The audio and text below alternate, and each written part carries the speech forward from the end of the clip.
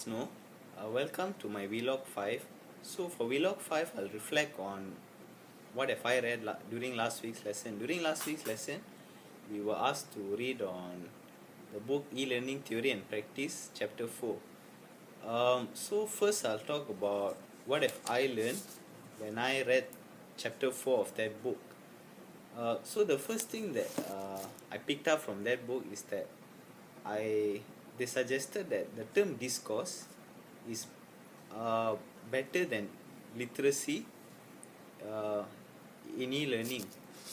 Okay, so why is this so? Because according to the book, it says that literacy is focused on more to the act of reading and writing.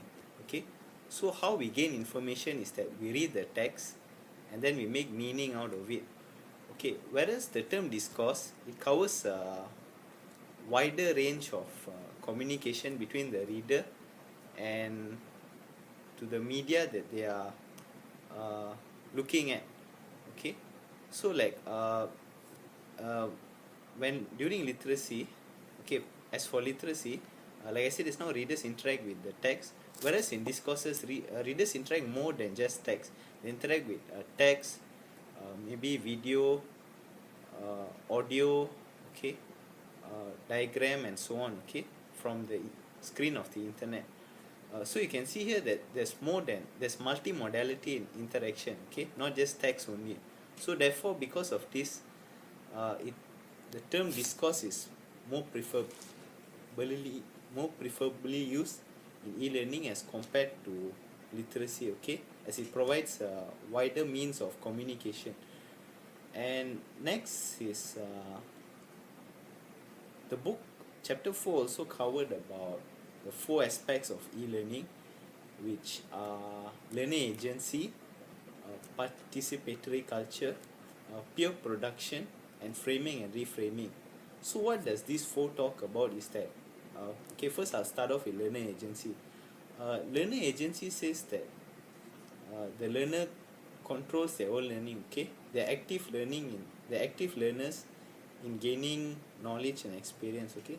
So like they're able to make meaning of what they have discoursed through, okay? Like for example, they view a video, they can make meaning. They read a text, they see like 2 different slides online, they can critique it, and they can come up with their own conclusion. And then so as you can see here, learners are active. Next is participatory culture. Participatory culture says that online learning, okay, okay, see, the online media nowadays can involve more people. Like last time, only programmers has access to edit stuff online and so on. Now different. Even normal people can do like through blog, wikis, and so on. And then third is peer production. Okay, it says like one work can be, okay, the one product of work can be because of the result of many other people working together. Okay, let's say for example you use Google Drive, so it's one work, but there are many contributors to it, okay, many students that contribute to it. And next is framing and reframing. Like framing, like you can put the content there, and later reframing you can edit it, and then the other person can re-edit it, and so on, something like that. And next is I'll talk about the thing or things I'm unsure of. For this week, I think I'm pretty clear about the reading, so there are no further questions for this week. Okay, so how does the reading will help me in my future teaching and learning? First is that I, as a teacher, I'll not only focus on the 4 basic literacy skills, which are listening, talking, reading and writing in class.